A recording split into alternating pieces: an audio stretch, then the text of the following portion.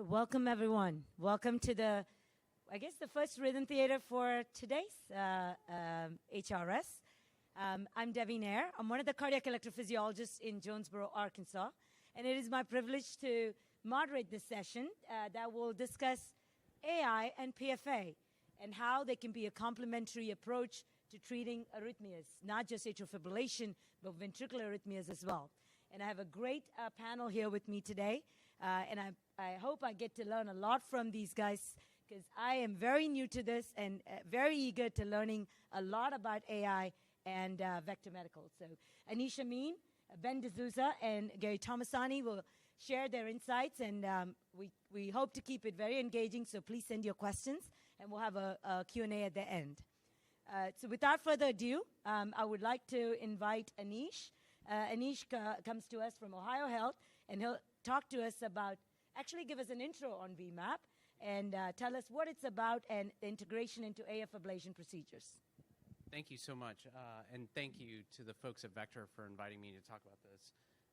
So ultimately, I think Ben and Gery are going to talk about what has changed and what is transforming our environment, making therapy delivery easier, more efficacious, certainly more efficient. What we need to do is we need to transition all the gains that we have in efficiency and understand from a diagnostic standpoint what it is that we should be ablating, why it is that we should be ablating that. And Vector is one mechanism that we have to understand arrhythmia etiologies, tailor, focus our intention so that the patients ultimately have better outcomes without necessarily a horseshoe and hand grenades type strategy that we've been employing for all these years, right? So why is this important? So many of you are probably familiar with this data. This is the Advantage Phase 1 assessment that was presented at AF Symposium earlier this year. We all recognize that our thermal ablation technologies have had limitations. Even with our next generation technologies, we see limitations in efficacy. These are outcomes out to 6 months, looking at arrhythmia recurrence. And you can see we ultimately wind up hitting the 60 to 70% benchmark that we're all familiar with, despite the therapies becoming more and more durable, despite us becoming more and more efficient at delivering them. So we have to change something. And we know that for a group of patients, particularly as we think about atrial fibrillation, PVI only is going to be sufficient. But the more complex cases, our redo patients are going to require us to have a deeper understanding of the arrhythmia mechanisms in order for us to get effective treatments. So how does vMap fit in? So vMap is a simulation-based algorithm that helps us understand not only focal arrhythmias, but fibrillatory arrhythmias, drawing on the power of over 1,500 commercial cases that have been done and over 1 million simulated arrhythmias that have been reconstructed. What's interesting about vMap is that unlike traditional, or what we think of as algorithms to understand arrhythmia mechanisms, which have all been invasive, this is a non-invasive tool. So we can use it in a continuum of locations. We can counsel patients in the clinical setting, in outpatient ambulatory settings. We can utilize it in intraprocedural settings, and we can do it over and over and over again. So we can, because it's so fast and it's relying only on the surface ECG, we can take a ECG in the lab, ablate an area, take another ECG, reanalyze the arrhythmia, ablate a different target, onward, and so on. How does it work? So we take the 12-lead ECG, we identify the location of interest, which on this graphic is the blue shaded bar. We're talking about atrial fibrillation, so in this particular case, the more fibrillatory waveforms that are available for analysis, the better. So the slower the heart rates, the better the algorithm works. We put it into the proprietary algorithm, and then we ultimately describe a output, which you can see rendered as a location, conventionally called a hotspot, that serves as a trigger of atrial fibrillation, in this case, any other ectopic arrhythmia. So How does this work? So I mentioned over 1 million sampled and simulated arrhythmia subtypes.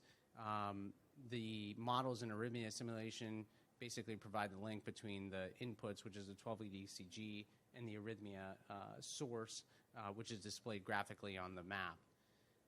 The impact to us day to day, I said this before, over 1,500 commercial cases have been completed. What we're trying to do, yes, we want to check the box about becoming more and more efficient. We do that with roughly a 25% reduction in the procedural time for focal arrhythmias as well as for atrial fibrillation. But we want to change the outcome. That's the most important part, right? It's not enough to be fast. We have to be good. And we can see and we can demonstrate, and I'll show you here how we, the clinical data as far as efficacy.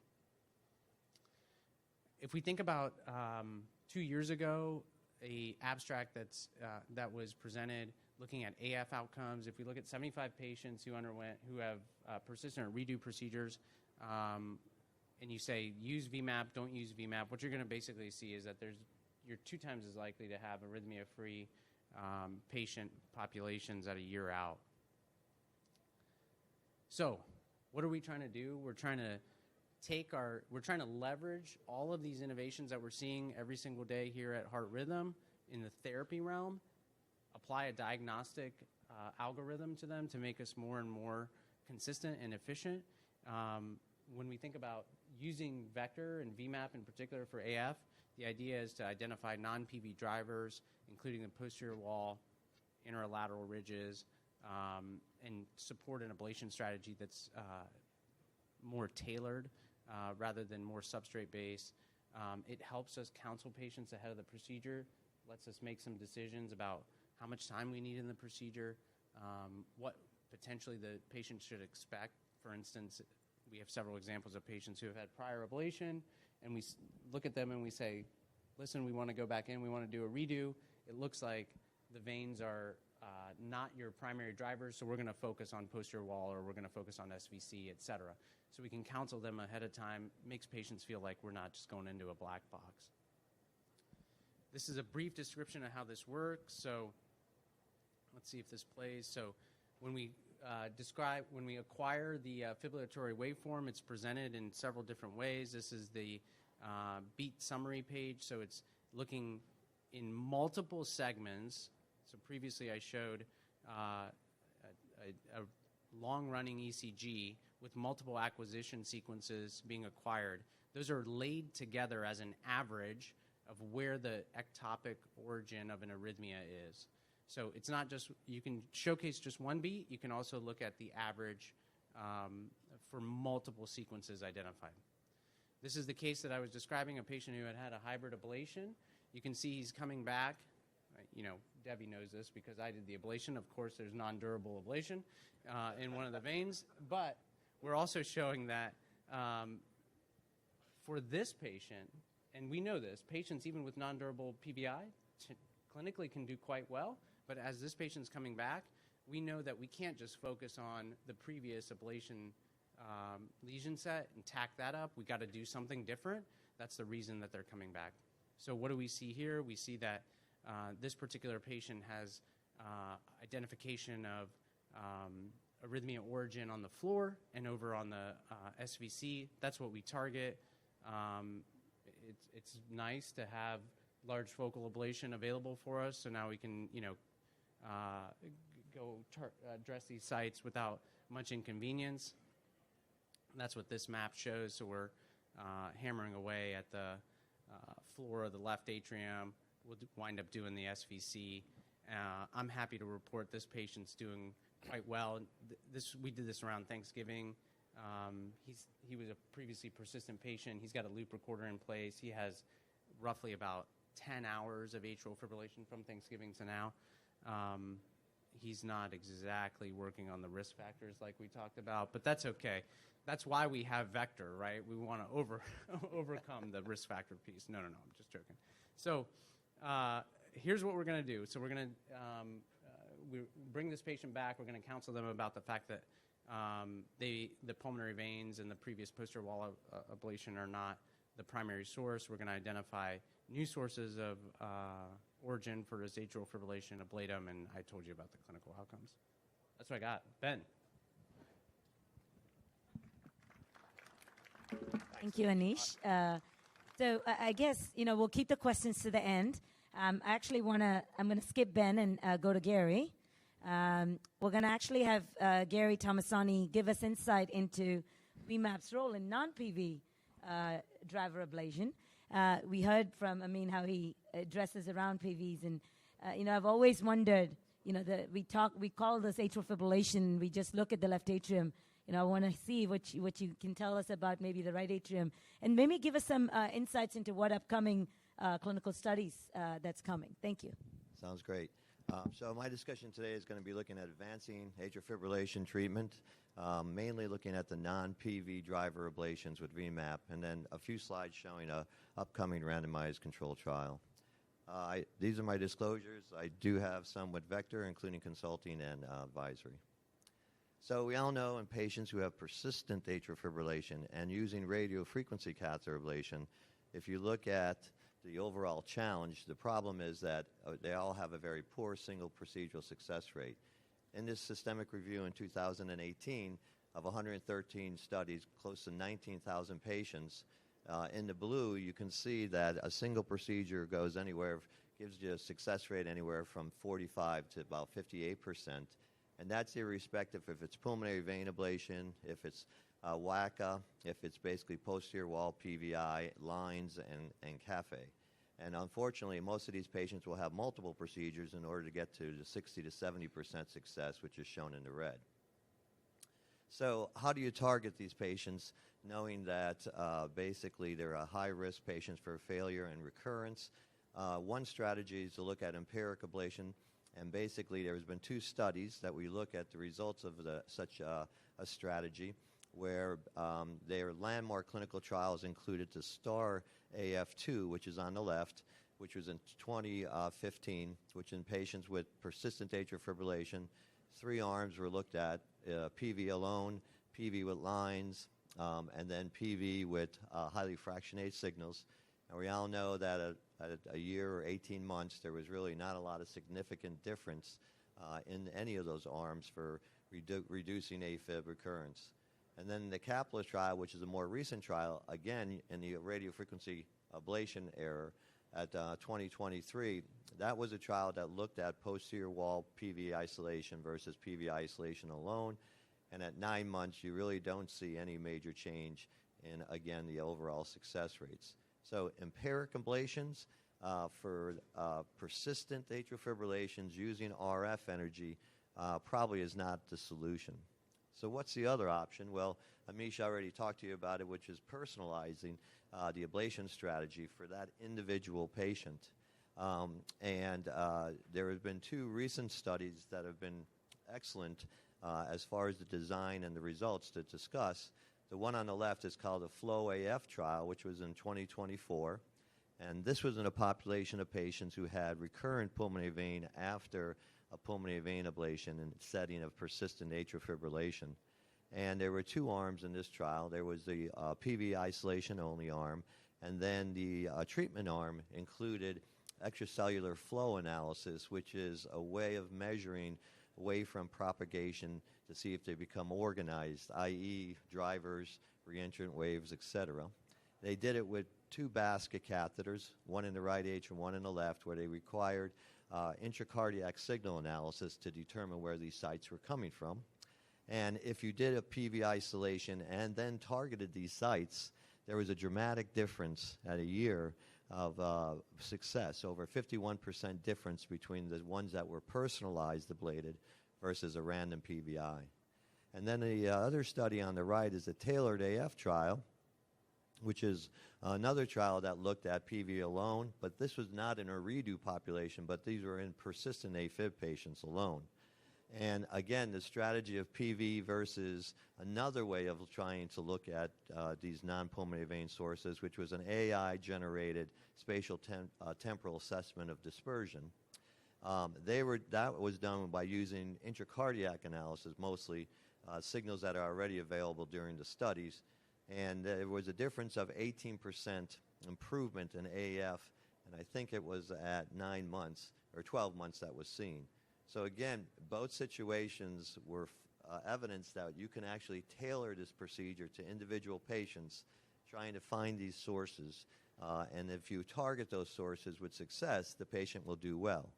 But what's the problem with the two studies? Well, if you look at the data, the studies show that it was by doing this type of therapy, you added substantial amount of time to the procedure. In the Flow AF trial, it was 90 minutes additional, 90 minutes to the study. And in the Tailored AF, the average time was about 50 to 60 minutes.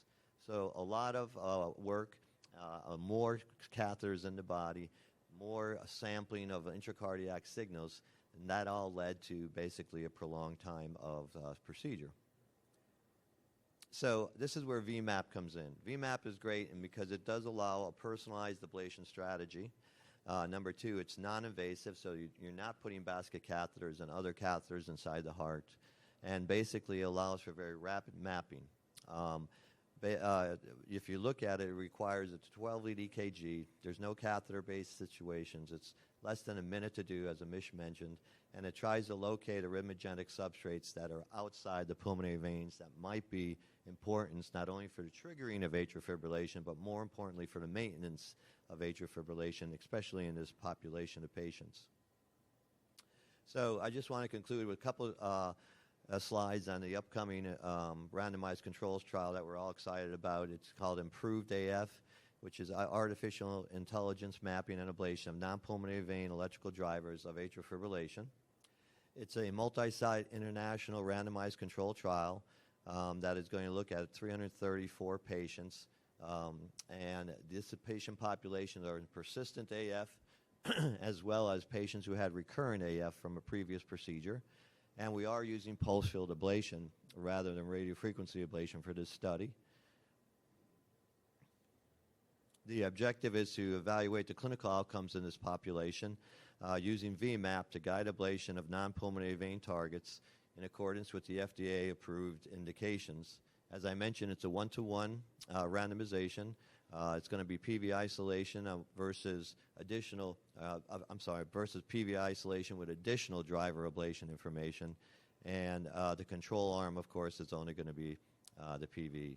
The primary endpoint is listed there. It's going to be freedom from AF, both on or off antiarrhythmic medications for 12 months, and then typical secondary endpoints that you see in these trials today, freedom from AF and AT, the total procedural time, total V-mapping time, which should be pretty short, and then assessment of AFib burden, which you all know now is a very important endpoint for these studies because it's very hard to get 0% AFib in this population. And then the percent of patients with a spontaneous AF termination that happens, as well as overall fluoroscopy time. As mentioned, it's going to be in 15 sites across the United States and Europe, and the first patient is expected to be enrolled in the upcoming few weeks. I just wanted to show you and end on two kind of cases that we recently did. This was a case of a redo pulmonary vein ablation, and we used vMap for AFib ablation, and it was using pulse field ablation. So it was a 75-year-old female who had 6 sinus syndrome and a pre-existing pacemaker with symptomatic AFib. She had a previous ablation, initial bipolar map on the left, a cardo show that the right upper pulmonary vein voltages were still present and significant irregular scar on the septum and anterior wall. After we isolated the right upper pulmonary vein, the patient remained in atrial fibrillation. So we acquired a vMap, and it showed, as you can see, sort of a red hotspot, which is a higher rate of probability that the driver might be coming there at the base of the left atrial appendage. Then PFA was performed with Farapulse, and it terminated the atrial fibrillation. And then the bipolar map on the right shows that we have now isolation of the veins, roof, and part of the anterior wall. In this particular patient, we didn't want to do a line down to the anterior mitral valve because the patient had posterior scar in the back of the valve, and I didn't want to isolate her appendage. And then I just wanted to show you that the two systems can be superimposed, sort of integrated. So this is a cardinal map on the left, and then you basically have your vMap, and this is a very common location that we see for these sort of non-pulmonary vein sources occurring below the appendage, above the mitral valve, and in front of the ridge of the pulmonary veins. Thank you. Thank you, Gery. So I'll move on to Ben D'Souza. Ben comes to us from Penn, and Ben is going to talk to us about the ventricles. And so this is not just AF management, this is arrhythmia management. And I think that is important to have tools that can address everything and every arrhythmia that comes to the lab. So Ben's going to give us an overview of vMap's role in VT ablation, focusing on improving procedural outcomes for VT ablation. Ben. All right, thank you, Devi. As I said yesterday, I'm very unhappy that I have to be the last speaker, and you guys are so much better at this than me. But I'm going to do my best. I continue to be an equal opportunity employer. So we're going to talk about some ventricular work, and in this case, VT storm, which is something that I enjoy taking care of. But truth be told, you know, as cost per case, and I never used to have to care about cost until I became the director of a program, by the way, and I've met with the CFO and the CEO of our hospital way more than I want to. But the modern medicine has moved towards we have to get as many procedures in the lab as we can, and truth be told, we want to be able to get these patients and take care of them carefully. So I'm super excited to present this case because I presented it last year before I knew what the results were going to be, sort of proof of concept. So this is a 65-year-old gentleman coming in with multiple shocks, obviously a very low ejection fraction, who almost died from a previous valve surgery, you know, requiring Impella. So sick, right? These patients are sick. And so when the patient came in, essentially what we did was, traditionally, the way that I learned to do this procedure that Dr. Marshallinsky and Dr. Callens taught me for many years was to elegantly map ventricular arrhythmias, find the critical isthmus, terminate VT. It's one of the favorite things that we get to do in the field. However, it's very difficult to do that, and these patients are sick. And I can't tell you how many times, you know, we've had bad things happen to these patients. I remember a couple of years ago, just from induction of anesthesia, the patient died. That's it. We didn't even get to do anything. And it's really unfortunate, but these patients really need our help. And so how can we do the procedure safely, efficaciously? And we talk about time, and it's not just time for my administrators, it's time for the patients. All of us know the longer we keep these patients on the table, the more likely something bad's going to happen to them. So this was a patient in which essentially we induced VT and was able to localize a hotspot, similar to what Dr. Tomassoni had shown, instead of in the atrium, but in this case, in the ventricle. So you can see this VT morphology here and using vMap. So again, a sick patient, A-line went to nothing. The patient needed to be shocked out of it. Everyone needed to take a deep breath, make sure that the patient was okay. This patient was floridly in heart failure, by the way. So their LA mean pressure was 40. As soon as I did this transeptal. I'm like, okay, this is not going to go great. This is the vMap and cardiac MRI that I showed last year, actually, when I sat on this podium. And so I didn't know where this patient's VT was coming from. This is kind of interesting. I had Vector there for an atrial case, and I was like, hey, while you guys are here, can you tell me where this is coming from based on this? And we did. And so this was, again, the case last year before I actually did the VT ablation. So now I got to do it. So again, I was not thrilled about keeping this patient in any ventricular arrhythmia. Truth be told, anesthesia wanted to stop. Everyone was like, Ben, are you going to continue to do this? We can't keep this patient on the table for hours. And so again, we've moved towards trying to look at non-mapping targets for ablation. Of course, we look at SCAR. In this case, this is an ILM map with GRIB. I really like this technology. It's pretty neat. I know Dr. Tung and folks have sort of shown this stuff in the past, so this is me doing the map in sinus. So my goal for the rest of this case is no more VT. I can't have this patient in an arrhythmia anymore. I have to do this case in sinus, and I have to do this as quickly as possible. And again, I love doing long ventricular cases, but I also love my wife and my 4-year-old and my 7-year-old and getting home to them for dinner, if I certainly can. And honestly, all joking aside, these patients, we really need to get them off the table and do a good job of what we're doing. So you can see here, this is just me doing a map with the grid and looking at these areas of abnormal conduction and ILAM as well. So again, the whole procedure sort of looking to be able to do this and find these areas of interest.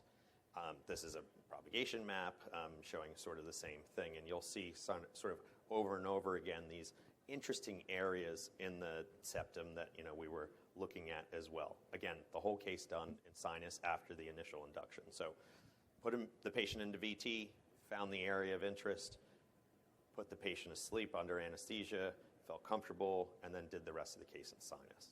So again, continuing. There we go. So this is just a combination of the voltage maps and the ILAM maps. Now, I've been on several podiums before where folks will say, let's just scorched earth, burn all of the scar. And I've said, and this is somewhat controversial, it's not very elegant. I mean, the hand grenade approach is doable, but is it the right thing to do? Besides the fact that it's a lot more ablation, it's more fluids, it's longer procedural time, it is not elegant at all. I mean, it can be done, and we've seen outcomes in these patients that actually are fine with just homogenize the scar, just burn everything. But if I could get away with not having to do that, this patient's ejection fraction is 10. How about I keep some healthy myocardium in this human being, moving forward? It's very important that we can actually tailor the approach for any arrhythmia. So again, this is that sort of scar, looking at the isochronal chroning, that sort of all correlates with the area. And so, again, I'm not too thrilled about doing pace mapping in really any ventricular case, but this was actually us doing pace mapping with vMap. So the nice thing about vMap is you can do it over and over and over again, and it runs very quickly. So it is a really nice tool for, honestly, any arrhythmia. So this is not the case. I actually hope next year I get to show a primary VF case. So I don't know how to map primary VF. None of us do, but I think it's really fascinating. PACs are a real pain to map and find. So single beats from anything. I'm also super interested in left bundle pacing because I think I know what I'm doing, but I don't really know what I'm doing, truth be told. And so I think that these are all conceptual things that are super interesting and in the space, and I think that's where AI is going to certainly help us. So again, this is just looking at the localized vMap with pacing to be able to try to find that interesting spot. And so again, just lots of fun pictures and showing, again, this is the Sparkle map, just showing an added sort of wavefront, looking at that interesting area. So multiple ways that are telling me, Ben, go to this spot. Don't spend your time ablating every part of the left ventricle. Spend most of it in this area of interest. So I listened. Again, this is just looking at peak frequency and looking at these sort of high-frequency regions of scar that, again, all correlated with slowed conduction, right? We're looking for the critical isthmus. But I want to look for it without having to search while they're in VT.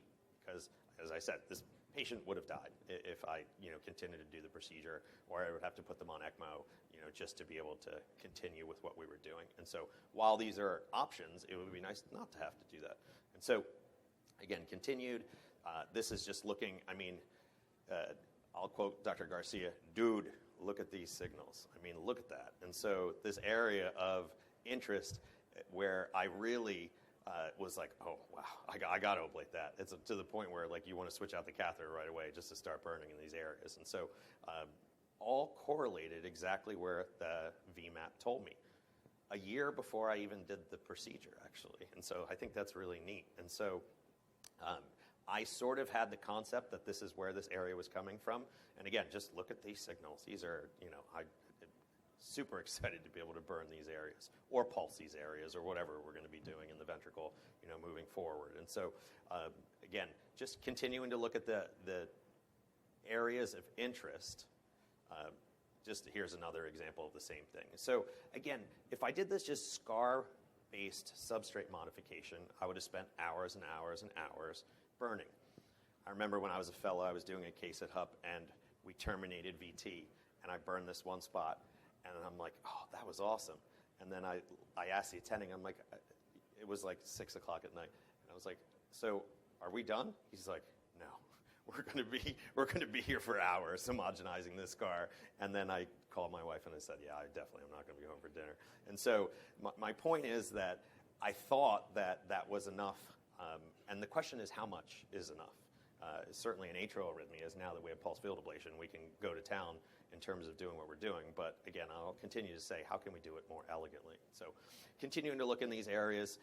And so here's ablation, again, with Tactiflex, which I really like it in terms of a RF catheter. And as we get better ablation tools, the combination of pulse field and RF in these areas, I think, is a really fascinating concept. And so you can just see me sort of spending time specifically in the area that both vMap and my mapping done in sinus was able to sort of tell me where to ablate. And so, again, this is just showing exactly sort of the area that I ablated. I didn't do that much ablation for a patient who is a VT Storm patient who traditionally I would have spent hours and hours ablating the scar. Non-inducible from multiple sites. He's doing great. He's not had any more shocks and is still alive. And the procedural time was less than an hour and a half. So for a VT Storm case, that's pretty darn good. And so I was very happy with this concept of being able to use AI mapping tools to go to a specific area, show me how the important areas are, and not waste time. I've seen colleagues spend hours mapping an area and not spending the time ablating. And then, again, these patients don't do well. It's really a ticking time bomb in terms of how long they are until they will completely decompensate and die on the table. So I'm going to finish by sort of pointing that I love showing cases, but we don't make decisions in electrophysiology or really anything in medicine based on a case, right? We do it based on data. This is a research conference, and so I think that I will continue to beat up Vector and everyone else who's down here today about doing more trials, whether they be registries, retrospective, or prospective. This is how we show what we do is appropriate. So this is the VITAL registry, which I think all of the registry stuff that I've participated in, I'm super excited about. And it's looking at not just endpoints, but efficiency, time. Time is very important now, more than ever in our field in terms of getting these cases in. Because truth be told, if I have to get as many PFA AFib ablations in and I can't do the VT ablation because it's going to take me too long, that's really a hard place for us to be. And I'll stop there, and we're happy to answer any questions. Thank you, Ben. So I encourage you guys to send some questions, but let me just ask with you, start with you, Anish. Just walk me through your workflow. I mean, this is fascinating. I look at, for forever we thought that we were not getting the therapeutic effects because we just didn't use thermal energy well. And then Advantage proved it all wrong, to me at least, that there are patients that, we just go with just an anatomical approach, and here we are still struggling with the 60% success rate. So today when you have, say, a persistent patient walks into clinic, I understand you're doing the vMap in the clinic, but then what happens in the lab? So I'm assuming you're doing PVI on everyone. We're doing a PVI. Okay. We're doing a posterior wall on that persistent patient based on our Advantage data. Okay. And the I showed Advantage Phase 1, but also Advantage Phase 2 that was simultaneously published in CIRC earlier this week. And then we do a pre-vMap, we do our PVI posterior wall, then we do another vMap. And what we're really looking at is we're saying, where are reasonable targets for us to address? We need to understand more. Dr. Tomassoni talked about what improved is going to deliver for us as far as the data about where to target, how many of these hotspots to target. And yeah, I am making like a clinical judgment, a gut check to kind of say, okay, I'm looking at this. It's showing me something close to the SVC. I'm going to go ahead and do an SVC isolation, or something close to the CTI. I'm going to add a CTI. There are cases where maybe it'll show the entire intracable line. I'm not sure if I have enough confidence to do that yet, but we're going to learn more.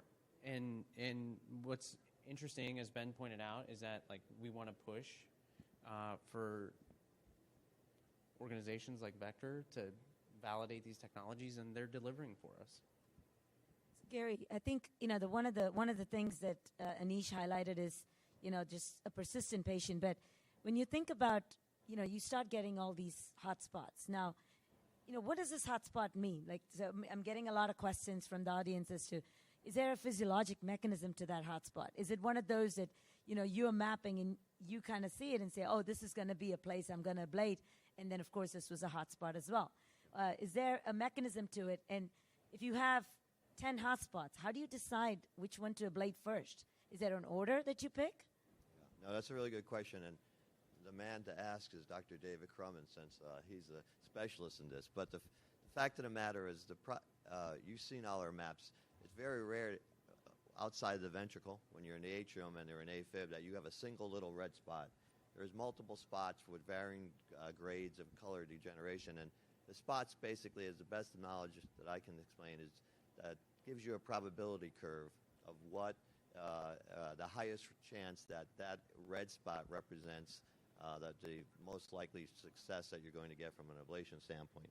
The fact of the matter is that, when you look at those spots, it's looking for organized reentrant activity or repetitive focal firing, or what we call drivers, and that's based on the probability curve that you're looking at. That's going to be in that location. But we don't target when we see a very hot red one and then some lower, cooler ones. Basically, we target that area. And in the setting of PFA, I think this is going to be great, right? Because with PFA and the large fin catheters, you can destroy a ton of tissue. But what Ben says is really true. I mean, we want to destroy the right tissue. We want to destroy the tissue that's causing the problem. We don't want to go in and do a substrate assessment in the pulmonary veins. We want to tailor this to where they're coming from. So even though we have great tools now that we can really do quick PV isolation, posterior wall isolation, take down the appendage, do the anterior wall, do the coronary sinus, this is not what we want to do with the tools. We want to be scientific, academic, and best for the patient. And so that's why I think that these things will allow us to be more personalized and more local with our ablation. Ben, the ventricles are challenging, right? They are the ones that keep you up. Do you feel like when you have a vMap from Vector, you can say just go focus just on one part? I saw the map you did was a true pen map. I didn't see the right ventricle, and I was going to ask you, but outside of that, would you feel comfortable just going to the part that Vector is highlighting, see if that makes sense, and go after it? Yeah, it's a good question, and we have to answer it. It's sort of the antithesis of don't do these cases. Send them to the University of Pennsylvania so we can spend the time doing them. But truth be told, the penetrance of doctors who are doing VT ablation is incredibly low. And we really need to have tools to help our colleagues be able to do this. So the answer to the question is I don't know. I'm cautiously optimistic, but that's why we're going to need to prove it with things like registries and prospective trials. And I think, both atrial and ventricular arrhythmias are, they're a struggle, and certainly in certain things. But I think that I do believe that we can do it, but we need to prove it. So if we did a vector-guided VT ablation strategy saying, all right, based on where this is, just target these areas. Don't target the other areas. And how does the patient do? It's a very, very interesting study that I would love to participate in. And this question's for any of you guys. Do you think there's value? Because one of the things that we worry about with PFA is we get acute stunning or loss of signals, and we just don't know whether we've done what we need to do. Is there value with a technology like this to, when you run the analysis again, Anish, after you've done your PVI, posterior wall, does Vector ever light up the areas that are ablated or in suggesting that you've not probably gotten transmural, or do you see any of that? That's a great question, and anecdotally, we have not seen that. So the areas that we've ablated are no longer identified as triggering activity. Areas that have been previously ablated that may be durable or non-durable are often also not identified as triggering activity. So it's really looking at what is the new areas that we want to focus on. That's been our experience. Yeah, I agree. The interesting thing that I think that this technology, as opposed to many of the things that we use, is that it's non-contact. So it's a 12-lead ECG. So imagine if you had a patient who's in clinic who has recurrent atrial arrhythmias, and you can just take their 12-lead and figure out where you think their AFib is coming from, and potentially advise the patient on what you're going to do before you even put them in the lab. That is extremely novel, not just for any arrhythmia. And again, I mentioned, PACs are a nightmare for me to be able to map. VF is not mappable currently. So I think that, all of this technology that we can utilize at any certain point in time, I'm, also interested in certainly looking at for those redo cases before I say, all right, let's sign you up. Because they always ask, why? What are you going to do differently? And, I said this yesterday and continue, the top two things that patients are interested in is pulse field ablation and AI. They're using ChatGPT, and when you say that you can apply AI to their heart, they're like, okay, I'll sign up for this again. So, we're almost out of time, but I want to ask one practical question, which has come up a couple times, about the variability of EKG. And, it's not, depending on the body habitus of the patient. Anish and me, we're on the part of the country where our average BMIs are over 40. And, there's a lot of variability in this stuff. Silly, Desi. Well, is that, do you see that could become a struggle point? Or do you think that has been mitigated? Yeah, I mean, I actually am very impressed with the localization of where you put the 12-lead EKGs, and especially in the lab, because you have all these other patches and everything else going on. And really, it has had very little effect in our experience as far as helping decide where the sites to target and those type of things. So it doesn't have to be exact the same, like if you do it in a clinic and while they're in the patient. The model, I think, compensates for these type of things, and so I have seen no problems with that. All right. Well, I think we are out of time. But again, I have tons of questions that have come through. Couldn't get through them, but you can catch these folks, and there's a lot of folks from Vector in the audience, so please stop by and talk to them about all the questions that you have about the technology. I want to thank our speakers for sharing their insights. It's a great time to be in EP. We have great therapeutic tools, but I think it is time for us to spend some time understanding the mechanism of arrhythmias a little bit more, and maybe spend a little more time in the lab focusing on that. So with that note, thank you very much.